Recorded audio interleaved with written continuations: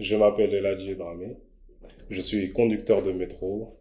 Je suis né musulman, de parents musulmans, de famille musulmane, et j'ai toujours été musulman.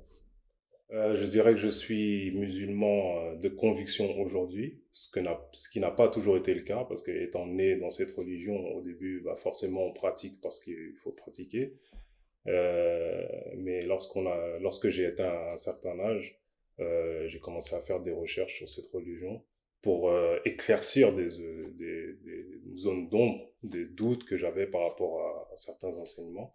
Mais aujourd'hui, je peux dire que avec le minimum de connaissances que j'ai de cette religion, que je suis musulman par conviction. Le fait de croire que Jésus, fils de Marie, est monté au ciel et qu'il y est vivant est une croyance bien présente en islam. Beaucoup de musulmans y croient. J'y ai cru pendant longtemps. Et justement, c'était un des points sur lequel j'avais des doutes ou des incompréhensions plutôt. Je comprenais pas trop cette histoire d'un prophète qui était vivant aux cieux, qui devait redescendre à la fin des temps.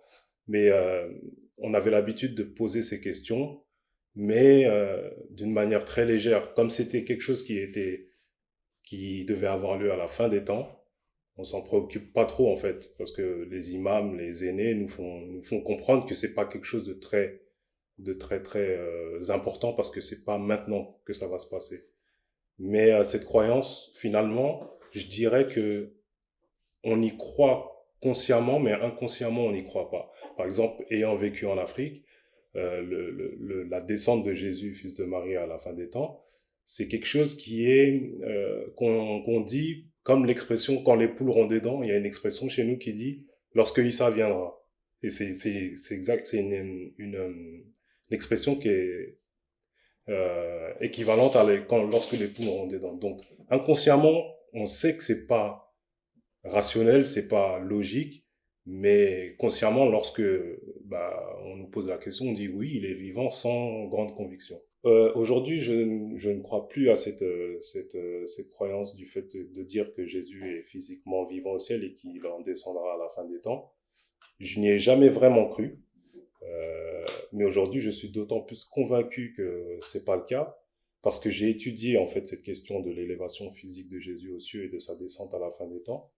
Et à travers les enseignements de l'imam de l'époque, euh, j'ai compris qu'en fait, c'était une métaphore pour faire comprendre que, que à l'époque, le peuple de Jésus voulait prouver aux gens que c'était une personne maudite, à de ne plaise, et de par ce fait qu'il ne pouvait pas venir de Dieu. Tout comme tous les prophètes ont eu leurs opposants qui ont tenté de les dénigrer en fait aux yeux de leur peuple pour les faire passer pour des menteurs.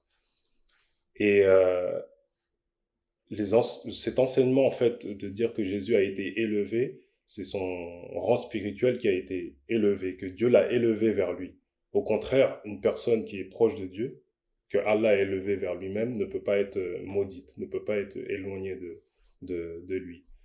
Mais j'ai eu beaucoup de confrontations sur ce sujet, parce que à partir du moment où j'ai compris, j'ai essayé de, de savoir pourquoi les théologiens, la majorité des théologiens, avaient cette croyance dure comme fer que Jésus était physiquement vivant au ciel, alors on examine la question, on se rend compte qu'il n'y a pas il y a pas de quoi se raccrocher fermement à cette croyance. Et je me rappelle d'un débat que j'ai eu avec un imam à ce sujet.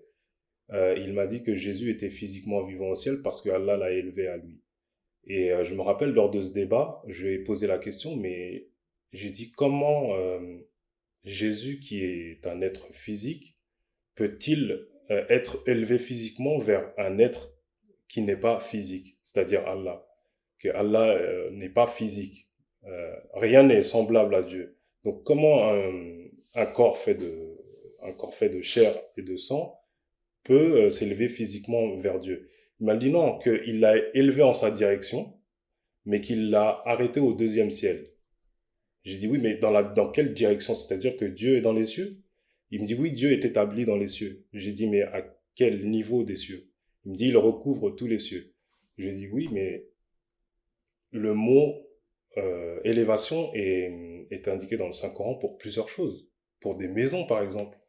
Allah dit qu'il a commandé à ce que les maisons dans lesquelles son nom est souvent récité soient élevées. Est-ce qu'on peut dire que ces maisons sont élevées physiquement aux cieux? Il me dit non, parce que là, c'est une élévation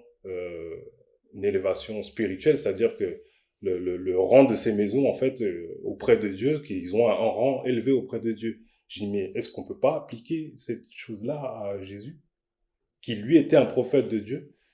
Est-ce que le fait de dire que Jésus n'est pas maudit comme son peuple, ses opposants ont voulu le faire croire, dire que justement il est élevé, il est béni de Dieu. Et là, j'ai remarqué dans sa posture qu'il avait eu un petit doute, mais comme c'est des enseignements qu'on a hérités de génération en génération, malgré le fait qu'il n'y a rien de probant dans le Saint-Coran qui montre qu'il a été élevé physiquement, ben, j'ai remarqué qu'il a continué à s'accrocher à cette croyance.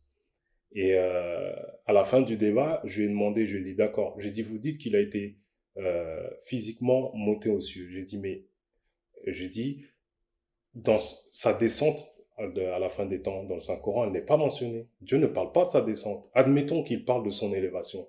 Mais sa descente à la fin des temps, elle n'est pas mentionnée dans le Saint-Coran. Il me dit, non, ça c'est dans les hadiths du Saint-Prophète, sallallahu. Et j'ai dit, dans les hadiths, on ne mentionne pas son élévation. On mentionne seulement sa descente. Et là, il me dit, oui, c'est normal, le Coran et le hadith sont complémentaires. J'ai dit, oui, mais il me semble que le Saint-Prophète, sallam, ne dit rien qui n'est pas mentionné dans le Saint-Coran. En langue arabe, on dit, la yantiqu anil ahwa, illa wahyun yuha. Il ne parle pas par passion de lui-même. Il ne parle que par révélation. J'ai dit, donc, si pour le Saint-Prophète, sallam, Jésus devait descendre à la fin des temps, forcément, c'est que Allah lui a enjoint de révéler cette parole. Et là, il me dit, oui, dans les hadiths, son élévation est mentionnée. J'ai dit, dans quel hadith? Il me dit, et là, il me raconte l'histoire, la fameuse histoire que lorsque les rabbins de l'époque voulaient tuer Jésus, Jésus alayhi salam, a été informé. Et à ce moment-là, pour le sauver, Dieu aurait mis son visage sur quelqu'un d'autre, et c'est cette personne qui aurait été crucifiée à sa place. Et que lui, il a été justement élevé aux cieux. Et je lui ai posé la question, j'ai dit, mais est-ce que le Saint-Coran parle de cette histoire? Est-ce que le Saint-Coran parle de cet homme-là qui a été tué à la place de Jésus? Il me dit non. J'ai dit, est-ce que le Saint-Prophète sallallahu alayhi wa sallam m'a raconté cette histoire? Est-ce que c'est dans les hadiths? Il me dit non. Et là, j'ai commencé à avoir un doute dans son esprit. Je lui dis, est-ce que il n'y aurait ne serait-ce qu'un seul livre de grands savants de l'islam qui mentionne cette histoire, qui mentionne le nom de cet homme? Il me dit non.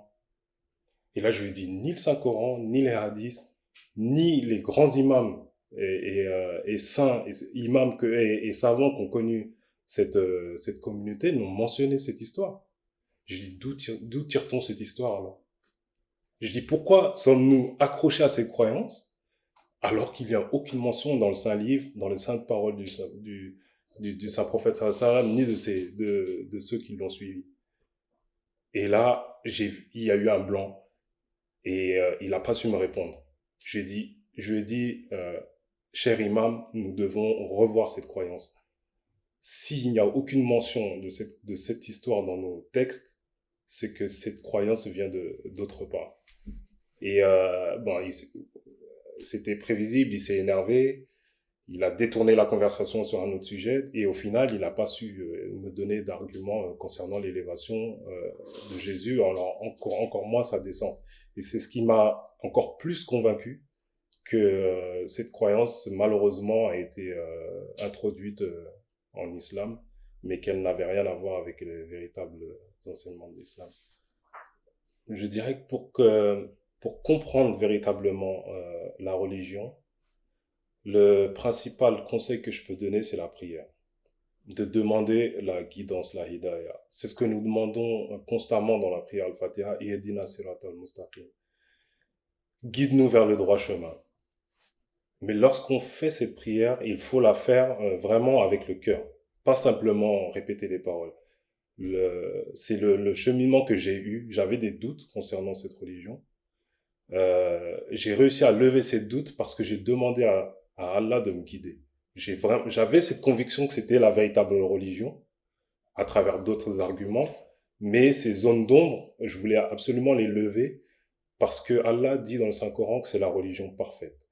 Et Allah guide qui il veut. Ça aussi, c'est encore un point sur lequel j'avais un doute. On disait que, on avait l'habitude de dire que Dieu guide qui il veut. C'est Dieu qui choisit qui va être guidé. Et en posant cette question, eh bien, j'avais pas de réponse au début et j'ai trouvé la réponse à cette question à travers les enseignements de la Jamaat. C'est que Dieu guide qui veut l'être. Celui qui veut être guidé, Dieu le guide. Celui qui ne le veut pas, Dieu ne le forcera pas. Donc le principal conseil que je donnerais, c'est de vraiment prier sincèrement Dieu de nous montrer la voie. Et à partir de ce moment-là, se renseigner, lire le Saint-Coran, essayer de comprendre, poser des questions jusqu'à avoir vraiment une conviction d'avoir compris. Pas simplement rester, ne pas rester sur sa faim en fait, lorsqu'on vous donne une réponse.